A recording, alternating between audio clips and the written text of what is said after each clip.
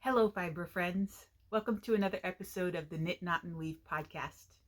My name is Dorothy, and this is my little corner of the YouTube where I share and document all my fibery adventures.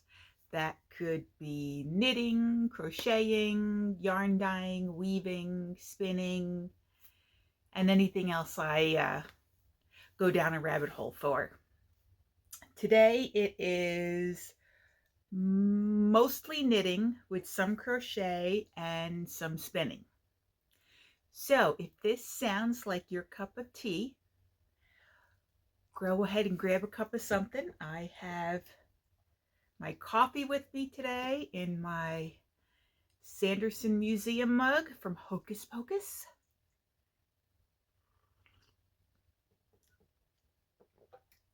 Grab something to craft on and come and join me.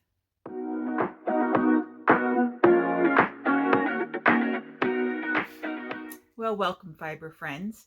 Again, my name is Dorothy, and this is the Knit, Knot, and Weave podcast. Today is Saturday, October 26th.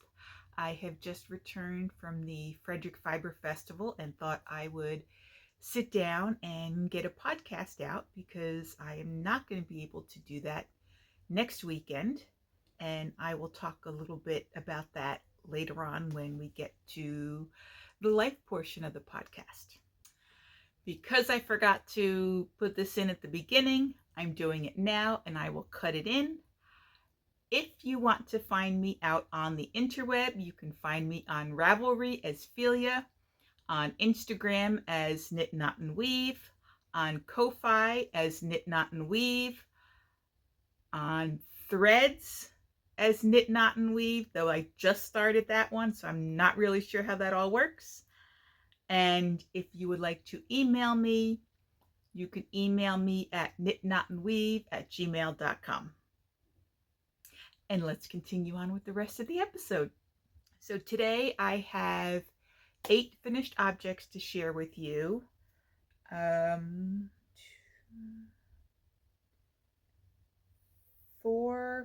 5 whips to share, and some spinning.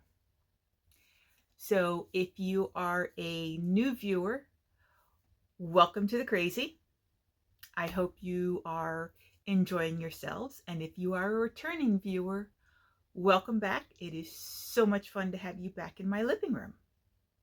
So without further ado, let's get started. And I guess I will start off with what I am wearing. It is a bit chilly today, so I pulled out a shawl. This is the Peekaboo Shell Shawl. It is a tutorial from Crystal of the Bag O' Day podcast. I will link to the tutorial that I used down in the description box below. Everything I mentioned, any vendors, any projects, they will all be linked in the box below, in the information box. And this was made using Stylecraft Cabaret yarn that I had in my stash. It is an acrylic blend, and you can see it's got a little bit of sparkle. I believe I used 3 skeins on this shawl. I actually wish I had had maybe 2 or 3 more skeins because I would have liked it to be a little bit bigger, but it keeps me cozy anyway. So let's move on to finished objects. So my first finished object is, I don't think you've seen it as a whip. I think I casted this on after my last podcast, but this is the Double Hitch Shawl by Martina Behem. I will put it down here since I'm not the best with names sometimes. And if you see me looking down, it's because I'm looking at my notes, because if I don't have notes, I forget things. And so here it is. It was made with a Miss Babs yarn. The base was Kiera, which is about 500, like 25 yards or something like that. It's it's just a little over 500 yards. It's a heavier fingering weight. So again, the pattern is the double hitch. It is a $7.67 pattern on Ravelry. It calls for a US, I believe the pattern calls for US 4 or 5, but because the Kiara base is a heavy fingering weight, I went up to a size 6, which is a 4mm. I made no modifications to the pattern. I fell in love with this pattern due to the way that it did the little these boxes here. I thought it was so neat, and it gave just like a little bit more interest to this shawl. And it was knit. It starts down here with your very first section, and it just goes up. And I just kept going until I had almost run out of yarn. I did play a little yarn chicken, and I had like maybe a 1.5 feet left over once I finished binding off.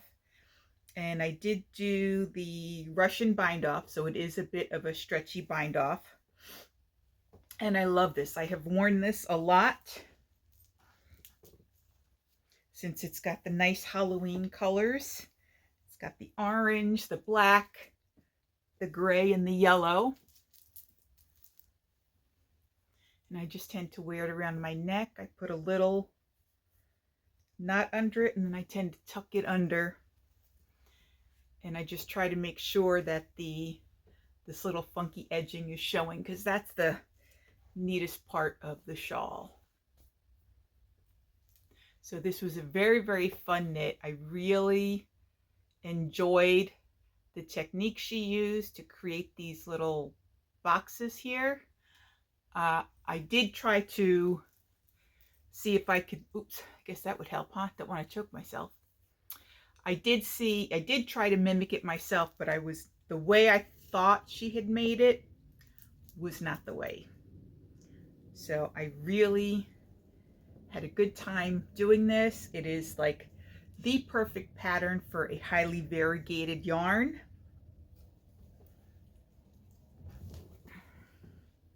Sorry. And I say that because of this edging. I think it does really, really well with variegated. I don't know how it would work with striped yarn, because I guess it would all depend on how much striping you would get in these little boxes here. But I am sure I will be making a few more of these to go in the gift box, because I think they would make great gifts. And I believe that Miss Babs has stopped carrying this base. So if you are looking for it, I would take a look on Ravelry and look up the yarn and see if anybody is destashing any colors. I have a few more in my stash, and so I'm probably going to make a few more of these to put in the gift box. Really, I did enjoy this knit very, very much.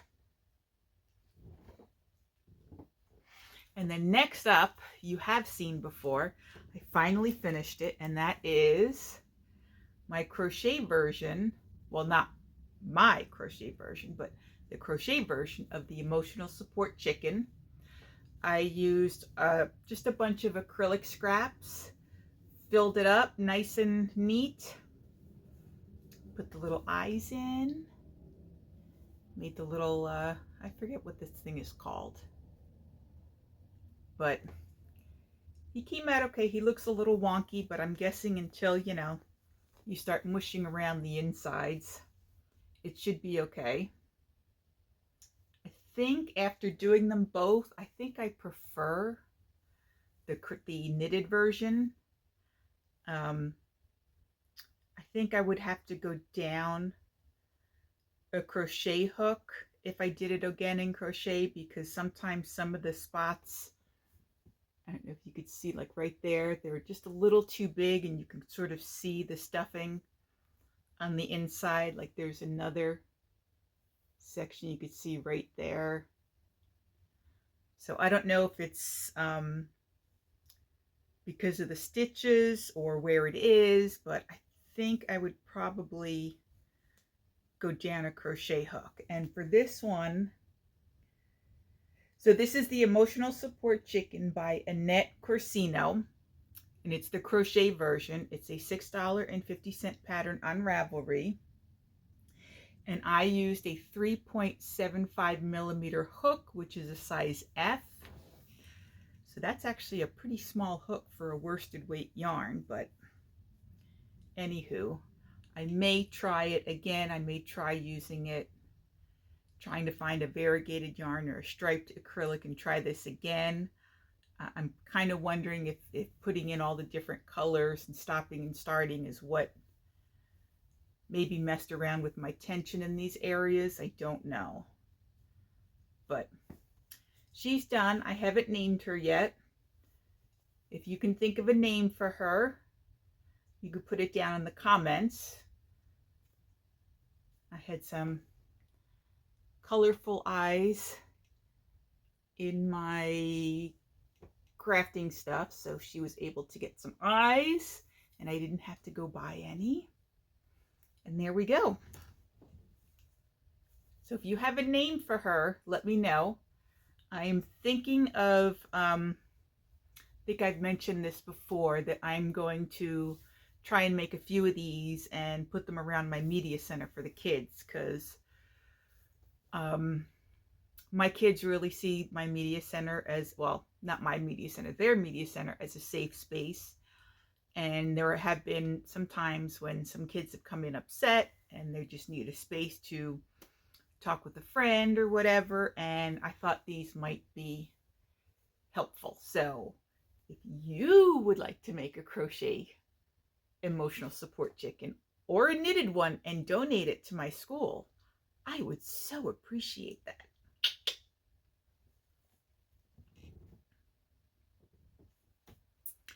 So next up are a bunch of hats that I've knitted. I think I was just getting a little bit tired of working on some of my sweaters, and I needed some smaller projects with some instant gratification. So a few weeks ago, my knitting group had a yarn swap, and we tend to do this twice a year, once in the spring, right before Maryland Sheep and Wool. And we always joke around, you know, clear out your stash so you can make room for your Maryland Sheep and Wool purchases. And then we have another one in the fall in hopes that people would want to clean out some of their stash and start doing some holiday knitting. So this year I was not going to take any yarn home. I'm trying to make my way through my yarn collection and stash bust as much as I can. But as we were cleaning up, I saw this one skein of yarn and decided, you know what? This would make a neat hat for the kids. My knitting group, every year we do charity knitting. We knit a bunch of children's hats, usually for elementary age children. So that could be anywhere from pre-K to 5th graders. And we go by Title I status. And at the beginning of December, we usually donate a couple of hundred hats to a Title I school so that they can give them out to the kids. So this was in the yarn swap. It is loops and thread. It's impeccable glitter. You can see it's black with all the pretty sparkles in there. So I came home and I immediately got it right on the needles because I did not want it to go into my yarn collection. I wanted to use it and get rid of it. So I cast it on, what did I cast on? I think maybe 80 or 90 stitches. Did I say here? Yes, I did. So I used a 4 millimeter needle with this, and I used a provisional cast on, and I cast it on 80 stitches. I knit for approximately 2.5 inches, and then I knit a purl row, and then I knit another 2.5 inches, and then I took out the provisional cast on and knit them together to make a nice thick double brim. And then I just continued up, and then I decreased down the center to get a nice hat that would fit probably a 4th or 5th grader. I was thinking I might have enough left over for another hat, but I don't think so. So I'm thinking I may just make a nice giant pom-pom for this hat. See all the pretty sparkles? I think some kid's gonna enjoy that.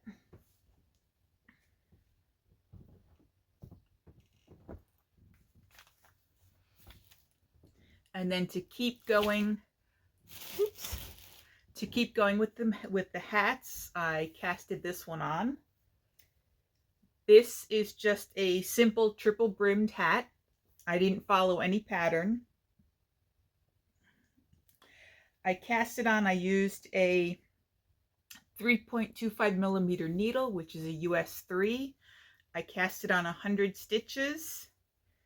I knit about 2.5 inches, and then I did a purl row so that I knew where to fold it up, and then I knit another 2.5 inches and maybe a row or two more, and then did another purl row so I could flip it up a second time. And now the child will have a nice triple brim over their ears to keep them nice and warm. I did a simple 4-section decrease at the top. I do have some of this yarn left over, so I may wind up putting a pom-pom on this one as well. Who knows? But this was fun.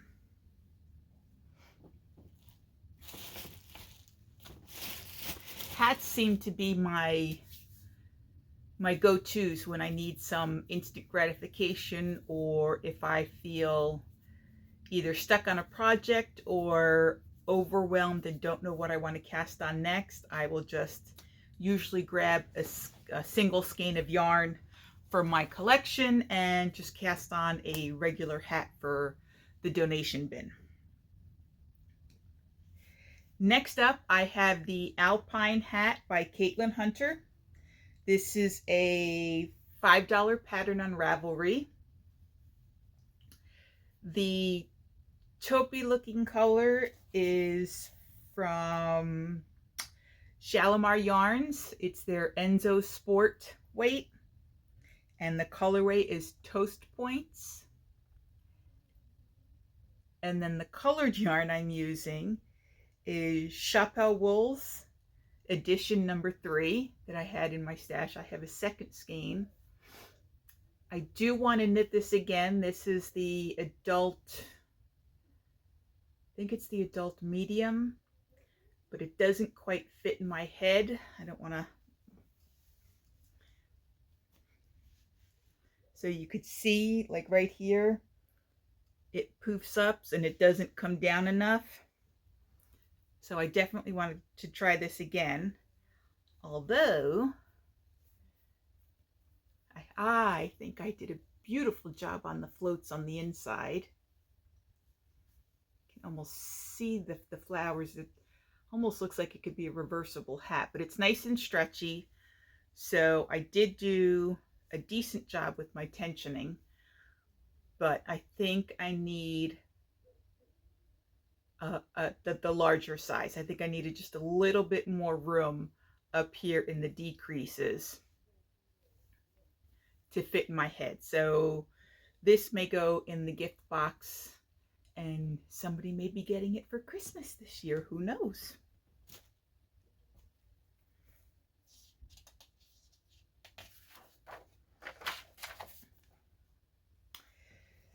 Then I decided I needed to whip up some gifts for my gift box for coworkers and friends that I might be seeing over the holiday season. and I pulled out some single skeins or smaller or doubles of smaller skeins that I had in my stash, and I whipped out a couple of Sophie Scarves. So I could speak.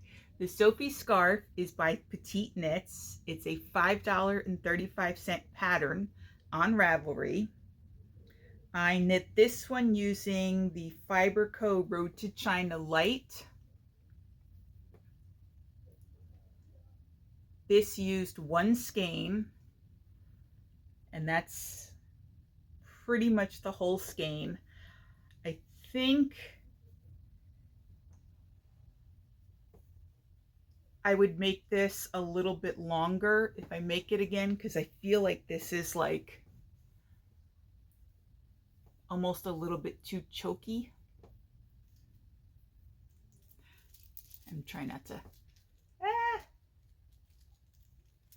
get my Halloween earrings stuck. But I feel like this is just a little bit too tight. And so when I wet block it, maybe it'll grow a little. That's why I haven't woven in the ends yet. I always wet block my items before I weave in the ends for the final. I don't know what I'm saying. I usually wet block it and then I weave in the ends. So this next one, I had some Blue Sky alpaca fiber, which is 50% alpaca and 50% silk in my stash. And I did make this one a little bit longer.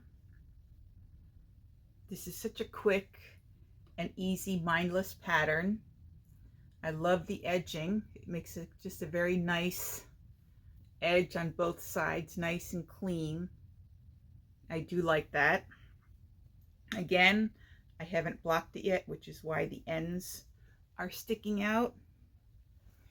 This one I might be keeping for myself because I am such a red girl.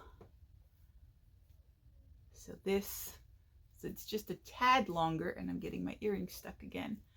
So this is just a tad longer. And it's a little bit scratchy, so I'm guessing they didn't use the best alpaca, because I always thought alpaca was much softer, but I guess there are probably some guard hairs still in here. But this is such a great pattern. I'll probably be making several more of these to keep in the gift box for any last minute gifts or as thank you gifts for people who might do me a service or help me out in some way. I tend to enjoy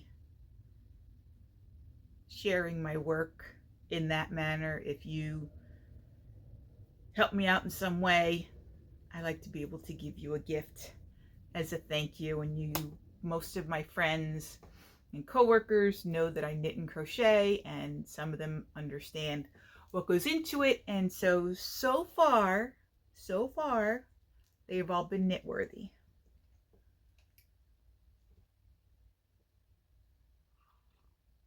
I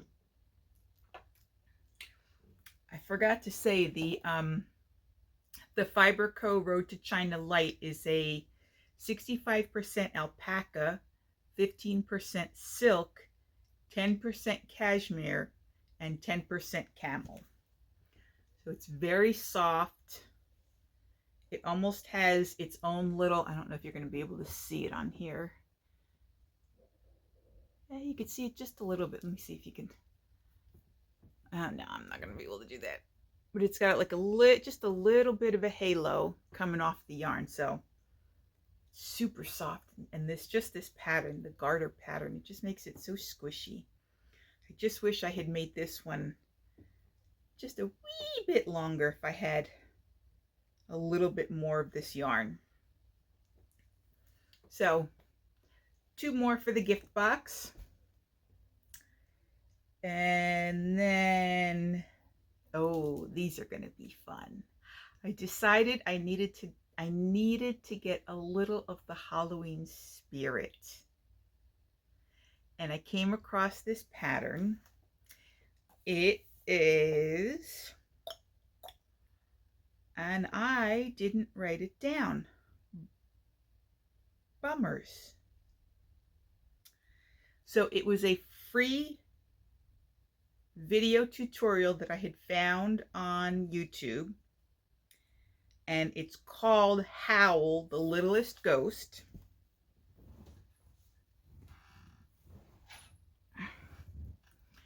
And I was going to use the Lion Brand's glow-in-the-dark yarn, but my Joann's didn't have any, and I was not going to pay the shipping for one skein. And so I went on Amazon and I found a skein, and I must have lost the ball band, but it is, and I'm going to put the name of it down here because I'm not going to be able to pronounce this right. Haitian Beijing X glow yarn. I used a 5.0 millimeter hook, which is an H. I used 10 millimeter safety eyes. And look at how cute these things are. I made 4. Oop, runaway ghost. I made 4 of these little guys, all from one skein. All from one skein of that yarn. So here's the 4. I did have to go up a crochet hook because this yarn was very it was difficult to work with on a smaller hook because it was not sliding very well. So I could only make, I mean, if I had used normal, you know, non-glow in the dark, maybe some normal acrylic or normal white wool, I would have been able to probably make all 4 of these in one day. But because this yarn was a little bit thicker and a little bit tougher to work with, it was hard on my hands. So I was only able to make 1 a day. And out of that skein, this is all I have left. So what is that? Maybe a yard. So 1 skein made 4 of these little ghosties. I am going to be shipping 2 off to my nieces in New York as a little Halloween gift. And I just think they are so cute. I have 1 more ball of this yarn. I may wind up making a few more ghosts and bringing them in and putting them around my office or around the media center. I haven't decided yet. But aren't they adorable?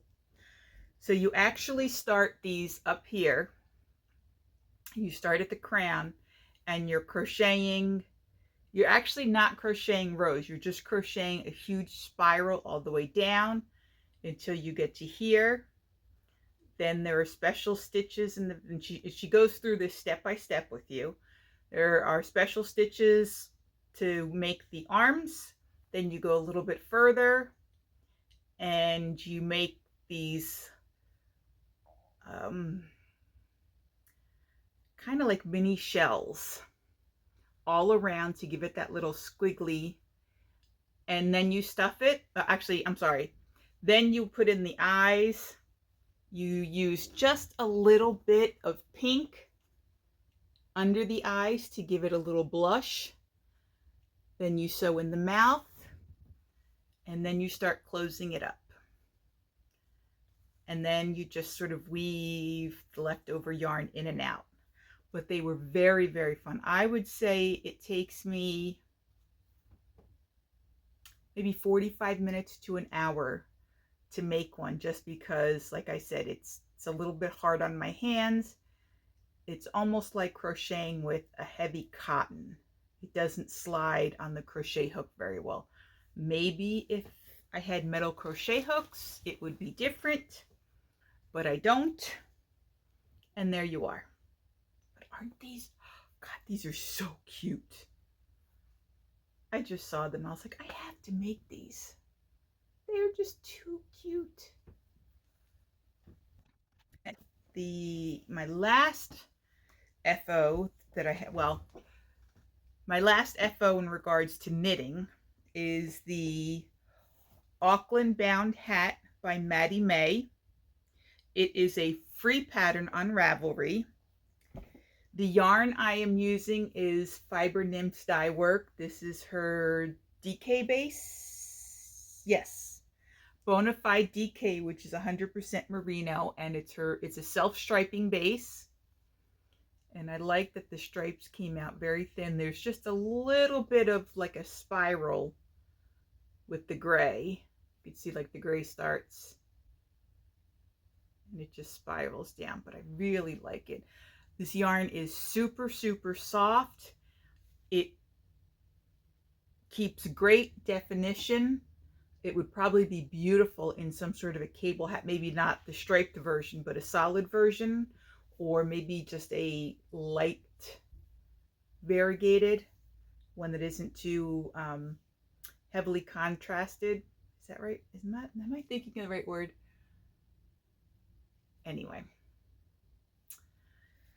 So again, I used 3.25 millimeters for the whole brim, and the brim is a double folded brim, and then the pattern has you go up to a size 3.75 millimeters. So you start with a US 3 to make the whole brim, and then you go up to a 5, and then you do lovely decreases, the 4-section decrease in this pattern, and you have a lovely hat,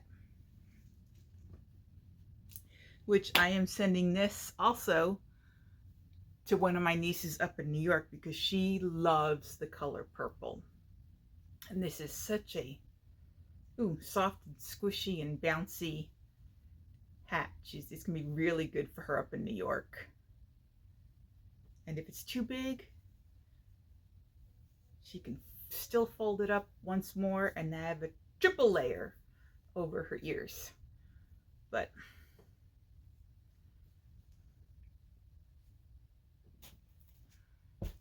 so that is the end of my finished objects. So what have you guys been working on? Have you finished anything?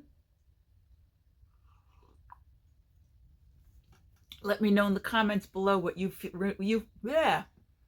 let me know in the comments below what you have finished recently. I'm always curious to see what other people are knitting, especially now as we're getting closer to the holiday season. Do you tend to knit Christmas gifts or Hanukkah gifts or whatever other holiday you might be celebrating between now and the end of the year?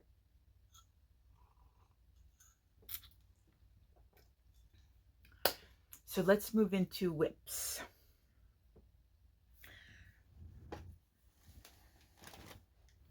So the first whip I have to share is the Fiber Web Beanie by Naomi Zimmer. It is a $6.50 pattern on Ravelry. I am using Debbie Norville's Everyday yarn in black. I also used it in purple, and I did manage to get my hands on some of the Lion Brand's DIY glow yarn. And here we are, except it needs to come out. So here it is. It makes a huge spider web, and then there's a spider right in the middle, except it doesn't stretch very well. I don't know if it's the nature of the glow in the dark yarn that just doesn't make it very, I mean, it feels stretchy, but I feel like if this is going to be like put on somebody's head, and I'm trying not to pull it off my needles, well, maybe I guess it doesn't look too bad. I felt like sorry, I shouldn't be covering my mouth. I felt like when I was stretching it that I was losing some of these in here because of the way the pattern is. You're only doing like you know, a stitch here, a stitch there, going up and around like that. And the spider was cute. Maybe I won't need to. I was thinking I would rip this out and try ladder back jacquard for the first time to see if that would work any better, because these floats can be 2, 4, 6, 8. They can be 9 stitches across here, and around the spider some of these were 15 inches. And I didn't want to catch the floats the way I normally would, because if it's spread out, you'd be able to see the white in the back when it stretches. But here, I'll show you my floats.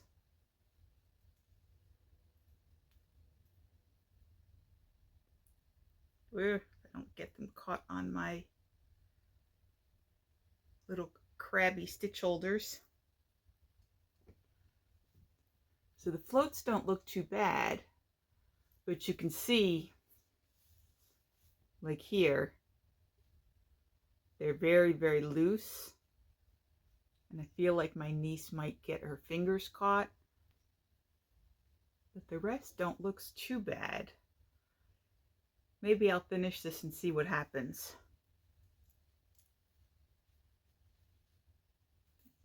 And if it doesn't look right, maybe the second one I make, I'll use ladder back jacquard. Or I'll just pull this one out. I won't cut the strings when I'm finished. Try it on, and if it doesn't look right, then I'll just rip it all back and start over again and figure out ladder back jacquard. I've watched several videos on how to do it. It doesn't look difficult. The 2 best videos I found, they each call for a different way to start it. So I don't know what I'm going to do. But anyway, I thought this would have been fun. I was going to send it up to my nieces as well as like a little Halloween hat. There was this one, and there's another one that I'm going to show you. But they're not going to be finished in time for me to send. So there's that one. And the other one is the Boo Beanie by You've Been Yarned. It's a free pattern on Ravelry. Again, I'm using the Debbie Norville's Every Day. And I'm going to be using another skein of the Lion Brand's DIY Glow Cozy. I've started it. It's started on a 5mm needle, or a US 8. These are my Knitter's Pride needles. I haven't gotten far, but I will put a picture up here of what the hat is supposed to look like. I am trying very hard, now that I've got my iPad working, I'm trying not to print out patterns. I'm trying to use the Knit Companion that I downloaded onto my iPad. I need to purchase the full version, but I don't want to do that until somebody can teach me how to use it. So that might happen next weekend when we're on our retreat.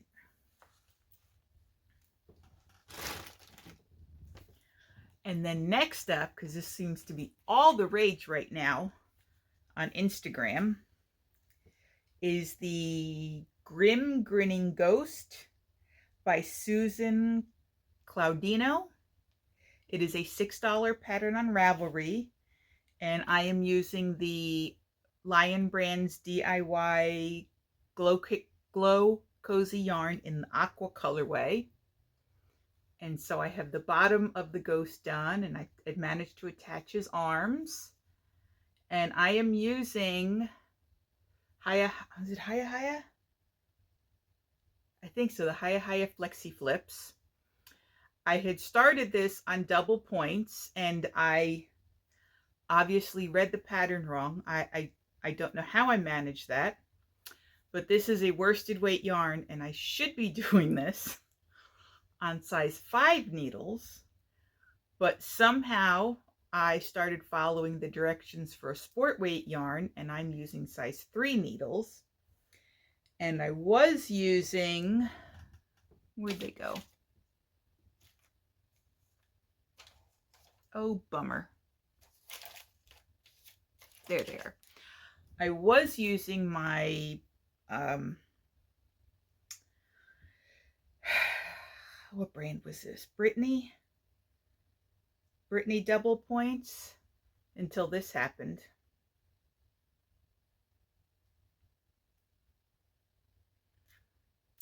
Which probably explains why this happened, because I should have been on size 5s and not size 3s. So this is a very, very tight knit. There's no way you're going to see any of the filling in it. So I finished the bottom portion and I'm starting to do the head, and it tells you to start filling the bottom. So that's what I've done. This is hurting my hands, but since I have so much done, I am determined to get this finished. And the next one, I will be sure to follow the pattern and use the correct needle sizes. But I thought this was a really cute color for a ghost. I really wanted to see if I could get the neon green one, and then I would send it to my niece who loves Ghostbusters, and she could have her very own Slimer. But this was a fun, it was a little, because it's such an odd shape of increasing down here, it was a little tough to maneuver with double pointed needles. It's not any better with the flexi flips now that it's bigger. And I don't know if it was so difficult because I'm realizing I was on the wrong size needles, or if it is just because of the way the increases are done, because you can see how there's like a little bit of twist here as you do the increases. So, but this should hopefully be done next time I podcast an episode. And then we have my big love.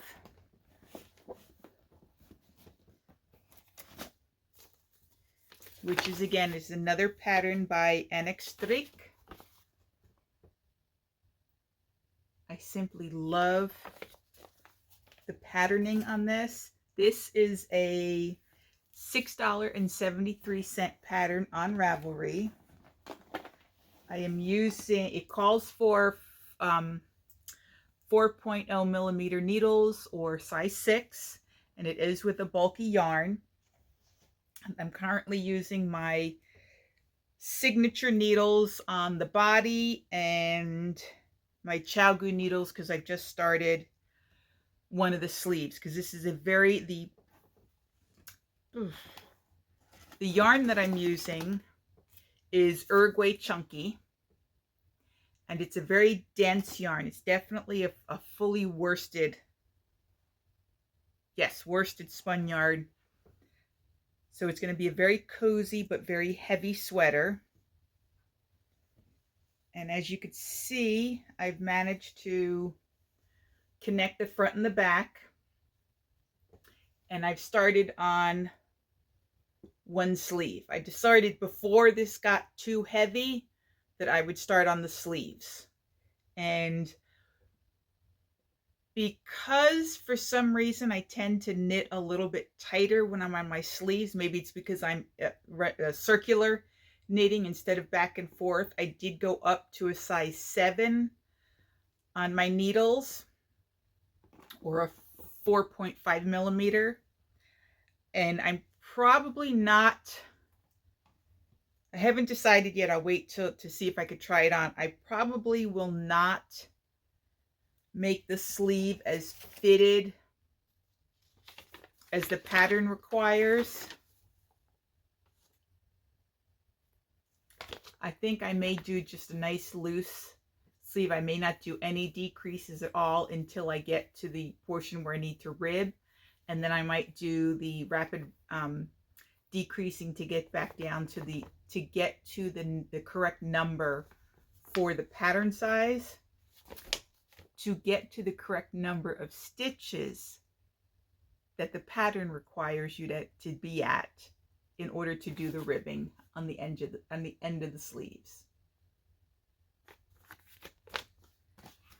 Unfortunately, this may be put aside until Christmas because I need to get some Christmas knitting done. And since this is for me, this can wait. But I love my little cookie monsters.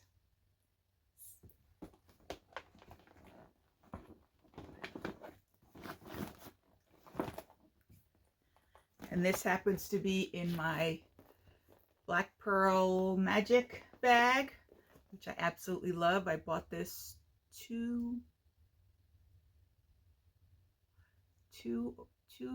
years ago at Maryland Sheep, not at Maryland Sheep and Wool, but a yarn shop was having a pop-up the same weekend of Maryland Sheep and Wool. So I went there Friday and got my Black Pearl Magic bag, which I absolutely love.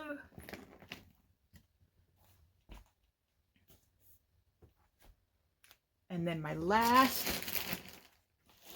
knit project, or knit whip, that I'm going to share today is my father's Christmas sweater, which is the Radari by Istex. I'll show you that. But it's this one. And I'm pleased to say that I am done with the body. Now this one is a bottom-up sweater. I've never done construction like this before, so we will see how it works. So the body is at the length it needs to be from basically waist to underarm, or however long you want it. Now I need to cast on for the sleeves, and I need to knit the sleeves all the way up to a certain length. And then as I'm going around, I will be adding the sleeves to here. And when I get to do the color work up here, that's when I'm going to be decreasing up to the neckline. So this is in case I forgot to mention it, this is a $6.50 pattern on Ravelry. I am using the Let Lopi yarn, and my dad loves red, so I got the red, and I'm using black, white, and gray. Very simple. So I'm looking forward to getting this done. I think my dad's really going to like it. At least I hope he will.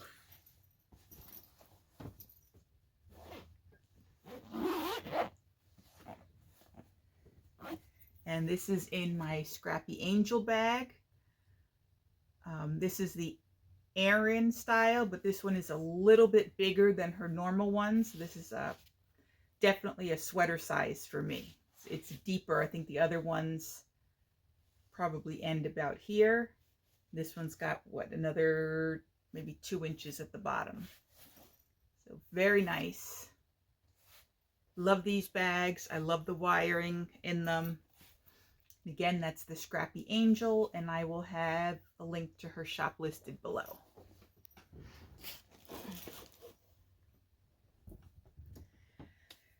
And that is all I have for knitting and crocheting.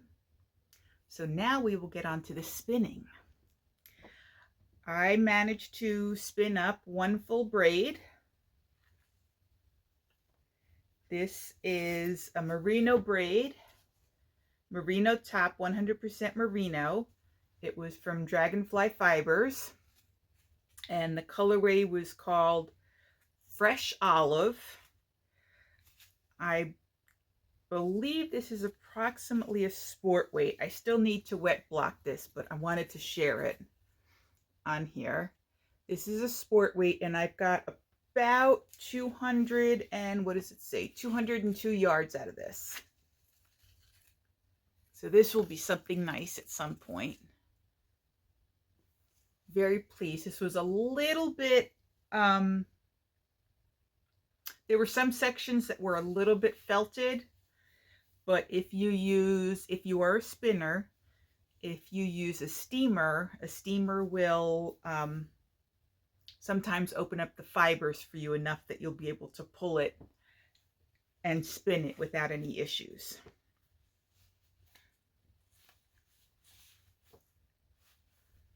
So there is that. And then I did share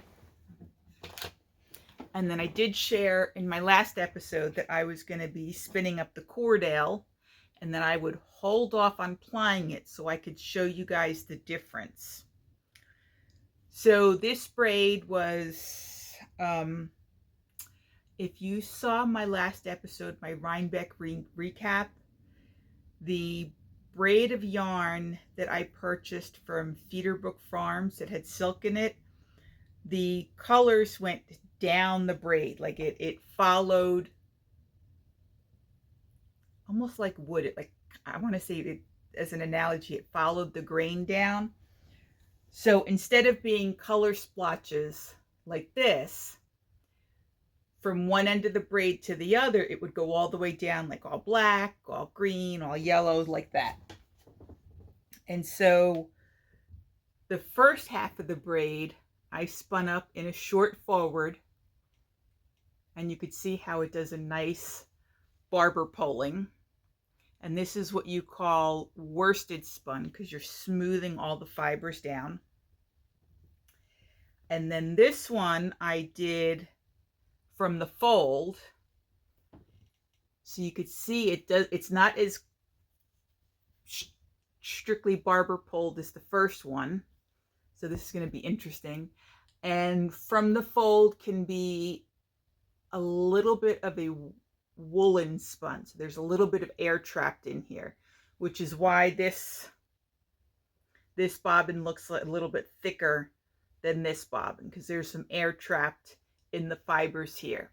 So the next episode I will ply them together and we'll see how it worked. I have a feeling I'm going to have some of this left over, but so when you spin from the fold, what you're doing is you're taking sections. I'm going to use this as a,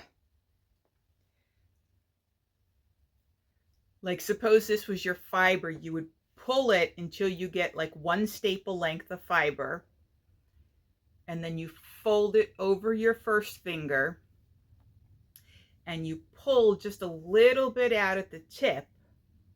And so as it spins, it kind of makes a little whirl from your finger, and it starts by pulling all the same colors. So that's why in this one you could see the colors are lengthier and not barber pulled as much as in this yarn, where for this yarn you're pulling across the top of the braid. So you're going across and you're mixing all the colors together as you go back and forth. So these will get plied together, and I will share them on the next episode so we can see what it turns out to be. And I have, where'd it go? It's hiding. So I bought this skein, this hank of fiber online, and I bought it from Apothecary Fabrications. It is their Baby South Down base, and the colorway was Cold Front. I thought I would spin this up and make a hat for one of my brother-in-laws for Christmas.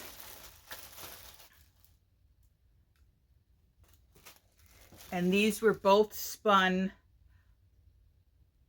I broke my bobbin.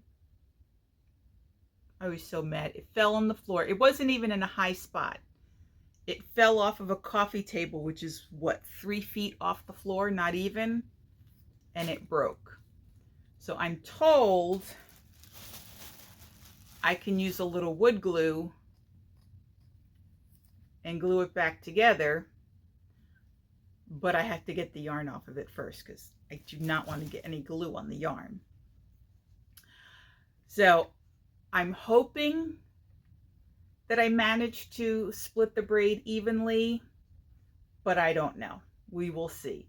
But these were all done with a long draw, which means that it is definitely a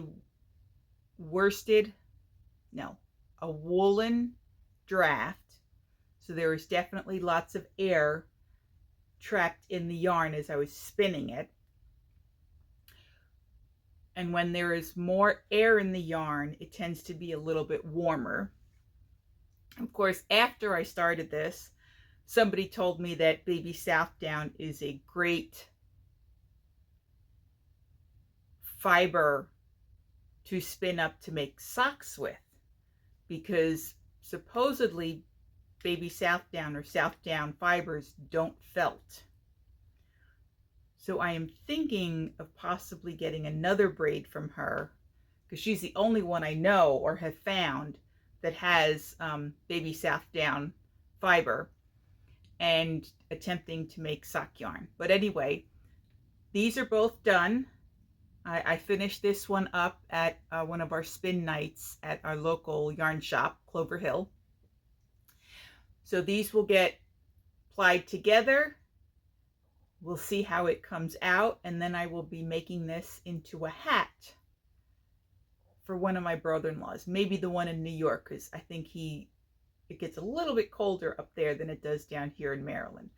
Not by much, but when you get a lot of snow out there and you're out there shoveling, because they definitely get more snow than we do, he will appreciate a nice warm hat, especially since he's bald.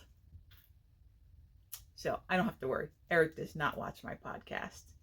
So this will be plied up, and I will be sharing it on the next podcast.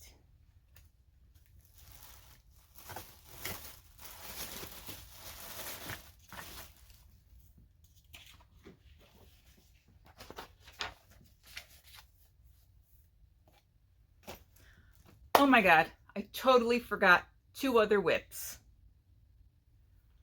These were 2 whips that I started when I went up to Rhinebeck last weekend. Was it only last weekend? I think it was only last weekend.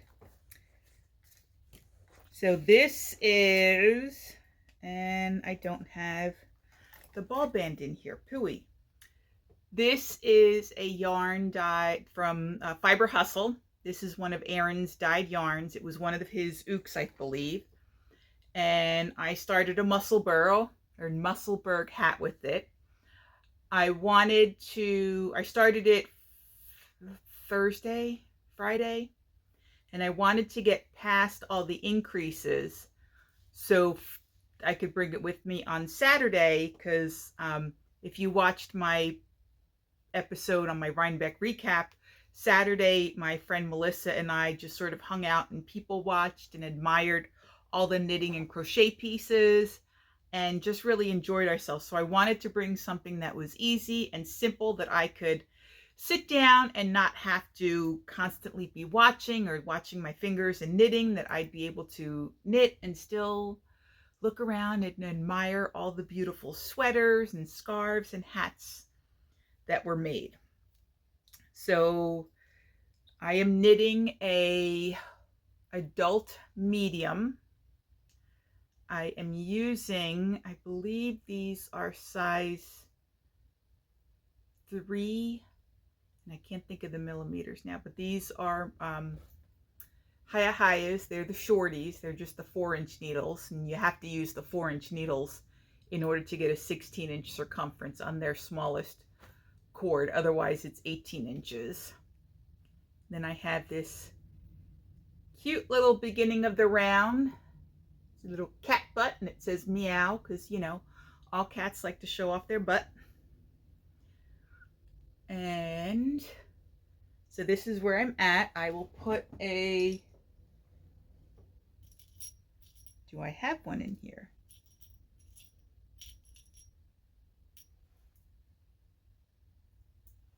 I I do not. Well, I do, but it's a big one. It's my little Tigger. Oops. For the life of me, I can't remember who I got him from.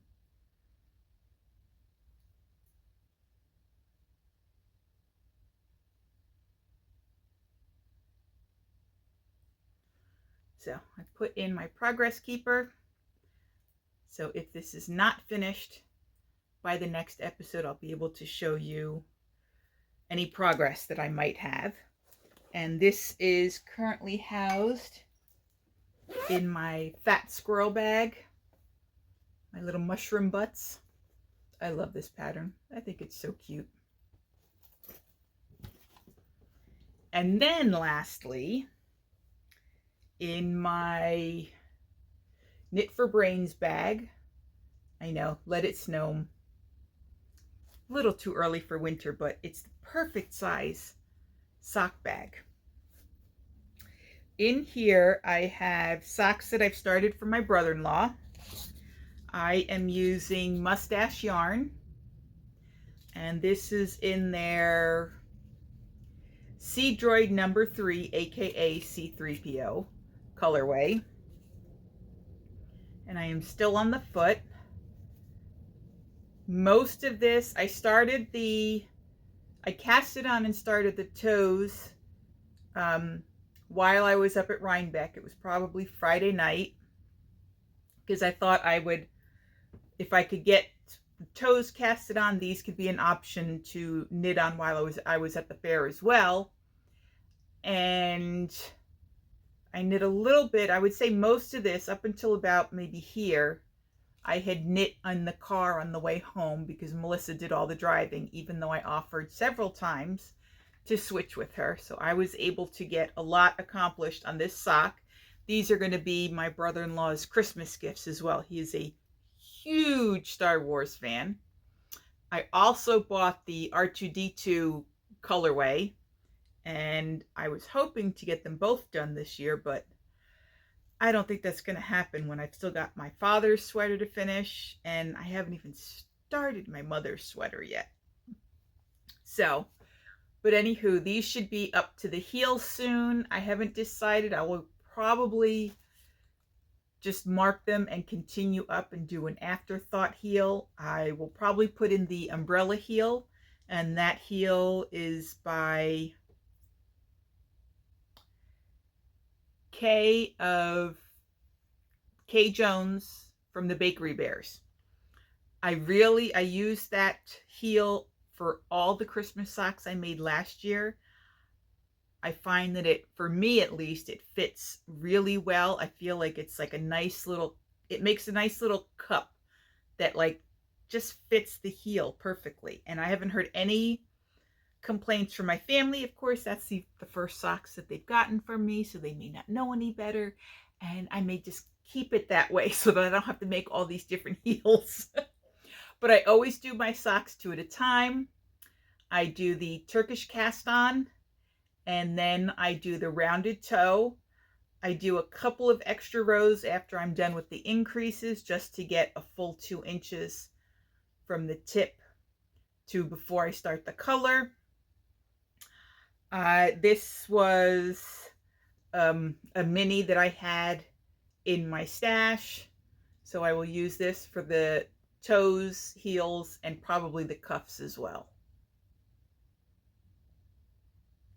So these are 72 stitches, because my brother-in-law does have a wider foot, and that was what worked well last year for all the men that I knit socks for in my family. So he will get another pair of socks, which I think he will be very excited for. Oops, don't want to lose this.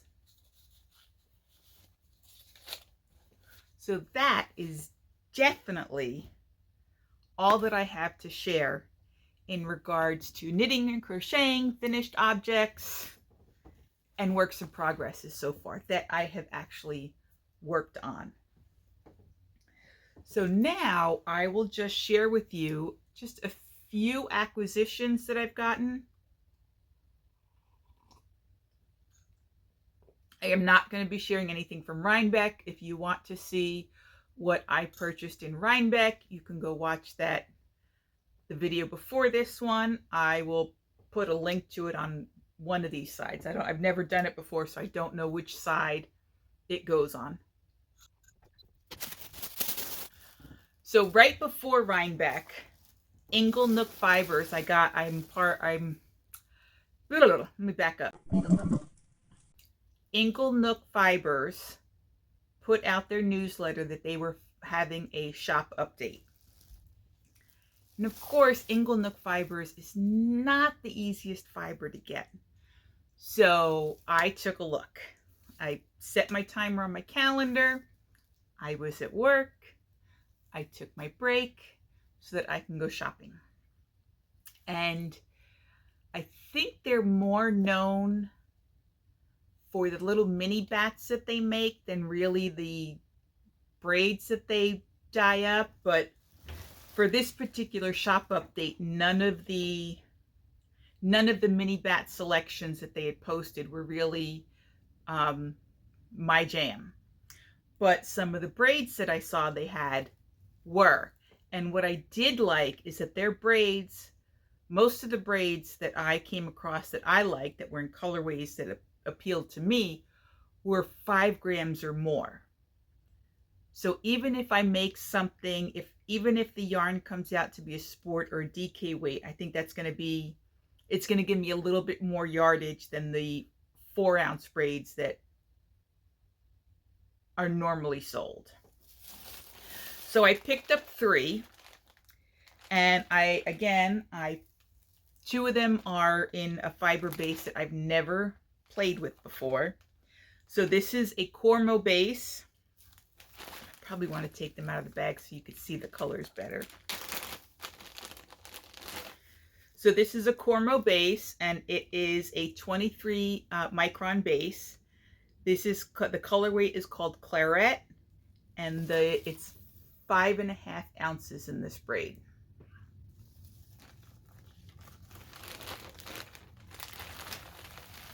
This, I wish I had bought 2 of them.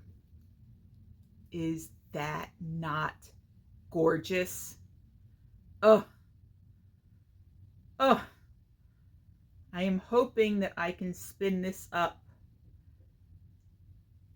to a 2-ply fingering, because I would love to make a shawl with that, because this is definitely my color.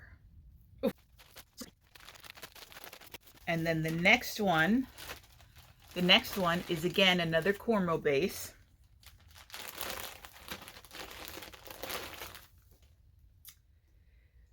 .23 microns. The colorway is called Echinacea, and this is a 5.6 ounce braid.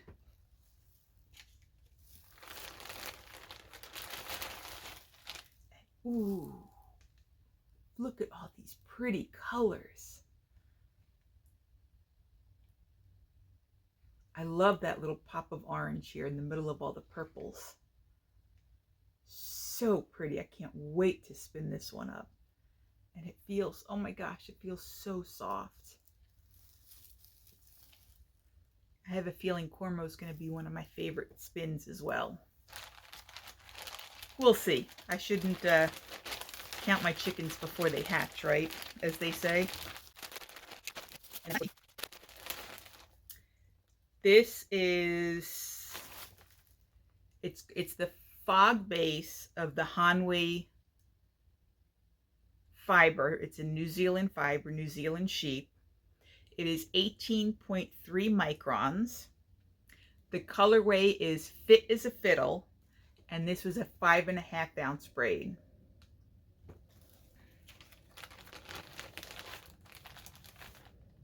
This is, oh, so pretty. These nuns definitely know what they're doing with color. Again, I love this orange with this turquoisey teal, and this almost would go with my claret. So depending upon how I spin this, I could possibly ply it with this. And actually they were both 5.5 ounces, so that is a definite possibility. And then going back to the beginning of this episode, when I said I had just come back from the Frederick Fiber Festival, I will share what I purchased. Now, I did not go crazy because I went crazy at Rhinebeck.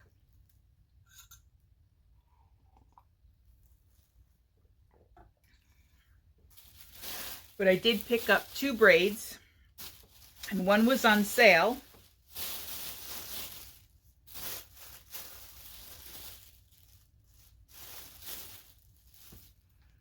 And I got one of these. I don't remember who the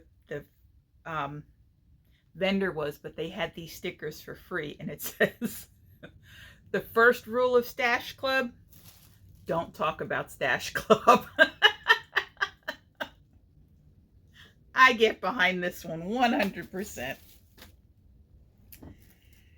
So this was the first yarn, the first braid that caught my eye. So it's from Creative Yarn Works.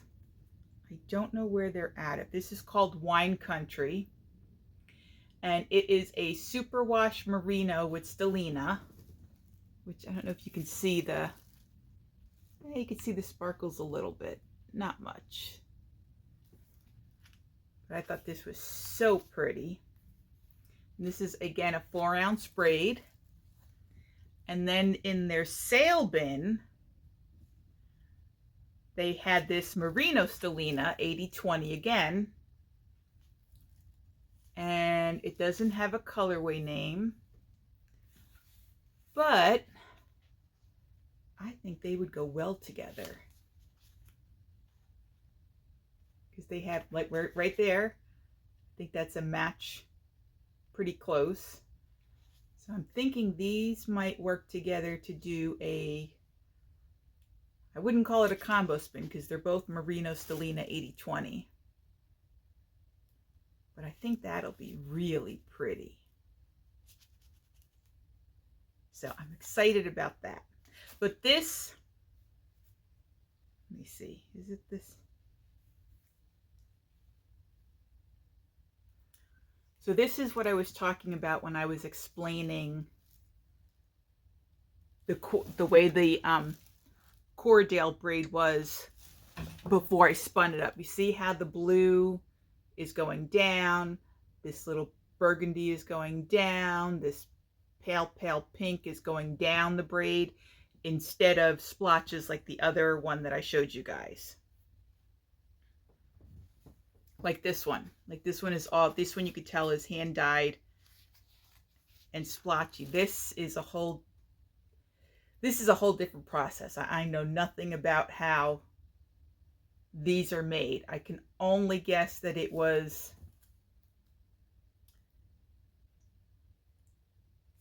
whatever machine makes the roving top or the comb top, they must pre-dye these and then add the colors to get the colors to go all the way down the braid like this.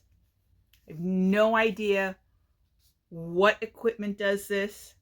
I do not create fibers. This is definitely not something that would come off of a drum carder unless it was like a huge drum carder, which maybe if a mill would have, I don't know. But this has stellina, and this has like a colored, I don't know if you're going to be able to see that. Nope. It's got a colored stellina in it, almost like a burgundy-ish, reddish. Can you see that? No, you can see it a little. See it right there? So I thought that was neat and different. And then this stellina is, this one is just silver. So that'll be interesting to see how they work up together. Fiber Festival was very nice. It is definitely a smaller festival than Rhinebeck or the Maryland Sheep and Wool. But it does have a nice selection of, didn't mean to stir that while I was talking. It does have a nice selection of yarn dyers, not as much with fiber braids, but there is certainly some. One of the barns does have some food vendors in it, like food that you could take home, or wines, cheeses, pickles. So it's nice. It does not get as crowded. So it was a nice cool day. It was nice to walk around, and there was plenty of space. They don't overcrowd the barns, which is what I really like, and which is what I also really loved about shopping Rhinebeck on Sunday. And let me see, is there anything else I could tell you about the Frederick Freiburg Festival? I think several vendors that were supposed to vend at SAF before the hurricanes happened were able to get in the last few spots that were still open at the Frederick Festival. So at least they, whatever inventory they had prepped up for SAF, they were able to sell some at Frederick. So I was pleased to see those guys there. We had, I guess this is where I will start doing the life updates, and then I will talk about the books that I'm reading. So if you are just here for the yarny stuff, thank you so much for sticking with me for this long. And I hope you have a wonderful day until we meet again. I appreciate you stopping in and saying hello to me, having a cup of tea with me on my couch in my living room, and I will catch you next time. For those of you that want to know what has been going on in my life, we will just keep going. So like I said, we had a yarn swap in my knitting club. So that was fun. My brother-in-law had the big 6-0 this year, so we went out to dinner. We went to a lovely restaurant. It was very, very nice, and his whole family was there. It was small. There was no big party because he didn't want a big party, but it was nice. And then this weekend coming up, I'm super excited about, because our knitting group is having their annual fall retreat. And we picked a new location this year. It is very hard to find a location around Maryland that isn't A, outrageously expensive, B, isn't overly religious and doesn't allow alcohol, and C, which is in a relatively decent driving distance, because we don't want to be on the road. It's just a weekend retreat, Friday to Sunday, so we don't want to be on the road for 3 and 4 hours.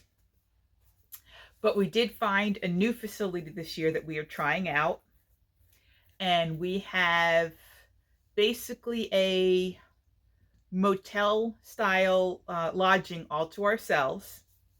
So there's 16 rooms. There are 3 beds to a room, but I would never force anybody to have to triple up in a room. So we started out with 32, and then a couple of people just on their own decided to triple up. So now we are up to 30. Well, we were at 30. We were at 38. No, we were at 37. But then someone had to back out because they lost their dog sitter. They moved away and they have to find a new dog sitter. And then someone else just recently had to back out because of some issues that were happening at home. But this is the first time that we have had over 30 people on our retreat. I'm super excited. Everything that we do for the weekend will be contained in our building. So our breakfast, our lunch, and our dinners. There is a kitchen downstairs, and they will be cooking for us there, so we don't even have to leave the building to have our meals. Friday, we will be doing a little mini yarn crawl. We found a a shop called the Yarn Shop, which is about an hour north of where we're staying. And then on the way home, we are going to stop at Magpie Fibers because that's on our way. And then we'll be back at the house and we'll just be spending the rest of the weekend knitting, crocheting, spinning, having fun, chit-chatting, and it'll be great. And I will try and take some clips while I'm there so that I can show them and share them with you on my next podcast. As far as work is going, not much is happening. It is just about the end of Q1, so grades will be going out soon. Not that I have anything to do with grades since I am the media specialist, but so far this school year has not been bad. We will see how long that lasts. So now let's get to the fun stuff too, the books that I've read. So I have read several books since I last shared books that I've read. So the first one is Listen for the Lie by Amy Tintera. This was such a good book. Most of these books are murder mysteries or psychological mysteries. I've been really into that. But this one was great. It was a murder mystery. The best friend, like there were two best friends in the story. One thought that they may have possibly killed the other. And a podcast there was a podcast in the storyline that was going back and taking another look at this crime. And the person that they were trying to interview didn't want to, she had a completely, completely blacked out memory of the whole night. It had been buried so deep that she couldn't remember anything. Very good book. Next up are All the Dangerous Things by Stacy Willingham. This was another great psychological mystery. A toddler goes missing. The mother and the father are the only two home. No understanding of how the baby got out. And the woman in the novel has a background history of sleepwalking, and there had been a past trauma that happened to her that she is wondering if it has occurred again. And very good. I don't want to say too much because I don't want to give it away, but if you are definitely into psychological thrillers, this is another good one. Then I read Frida McFadden's One by One. Excellent book. 3 couples are supposed to be going on a little weekend getaway, and they get stuck somewhere, the car breaks down, and things start to happen. And I definitely say Frida McFadden definitely has a way of twisting things around in your head. But great book. Then I finally got my hands on Times Convert by Deborah Harkness, which is the story of Marcus and Phoebe. Very well done. It goes back in history to explain Marcus's upbringing as a vampire and how Phoebe's transformation into a vampire happens. Very well done, very easy to follow the storyline, even though it jumps back and forth in history. Very well done. Then I read just a fun book. It was From Bad to Cursed by Lena Harbor. This is part of a series called Payback's a Witch. I shared the first story a number of podcasts ago.